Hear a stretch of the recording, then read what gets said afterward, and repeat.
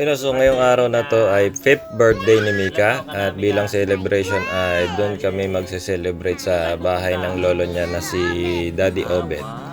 So doon kami magse-celebrate dahil natapat na pare sila ng birthday ng kapatid ni Daddy Obet na si Lolo San. Inaayos mo na yung bag mo, Mika? So kailangan maaga kami makarating doon kasi pag hindi kami umabot sa lunch, hindi na kami makakapagsabay-sabay kumain. And yun, medyo nagmamadali kami ngayon dahil tinanghali na rin ako.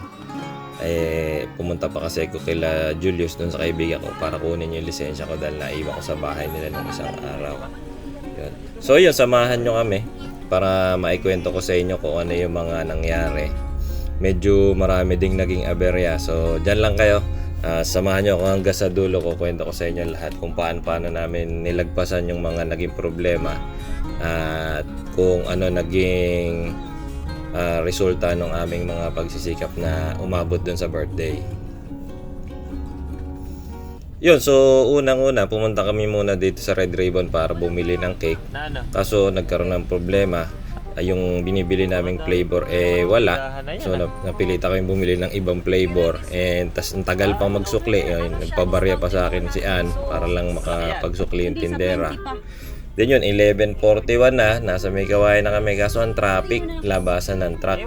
Tapos yun nga, anday pa stoplight, so nagtagal pa kaming konti. Tapos dito naman, nung bibili na kami ng ulam, ng manok, liempo, wala naman kaming mga parkingan dito sa bayan, sa may kawayan.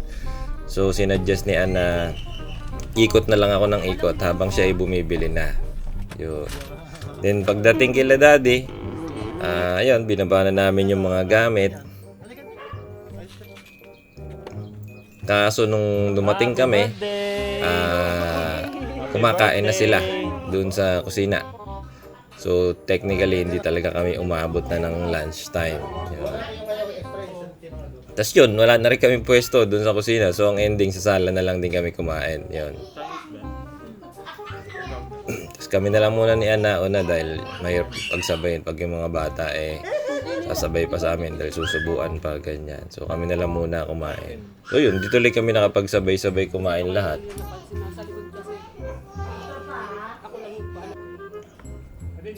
Pagbibigyan kita ngayon, birthday ni Mega.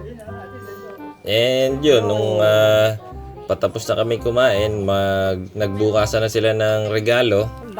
Nang naging problema pang isa, si Mika kasi hindi nila alam na birthday ngayon. So kaya talaga sila nandyan, sila Tito, yung Tito ko yan, si Tito Mark, dahil birthday ng kapatid nila si Lolo Sander. So ang nangyari na lang, dahil hindi nila alam na birthday, wala silang dalang regalo, binigyan nila ng pera.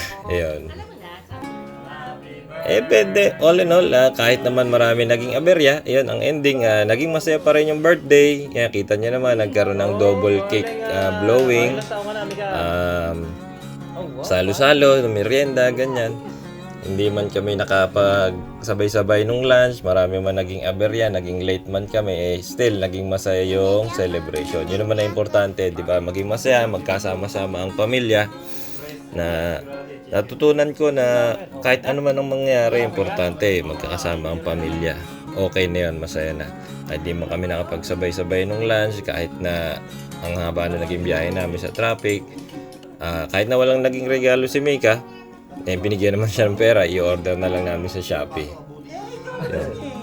So naging masaya ang araw. Syempre, dapat memorable, dapat happy. Kung ano may problema, maliit lang naman yan, hindi naman yan importante, di ba? So yun, all in all, yun lang naman ang kwento ko sa inyo ngayon for today. Sana nag-enjoy kayo ulit sa panonood at maraming salamat ulit sa pagsama sa akin sa kwentong ito.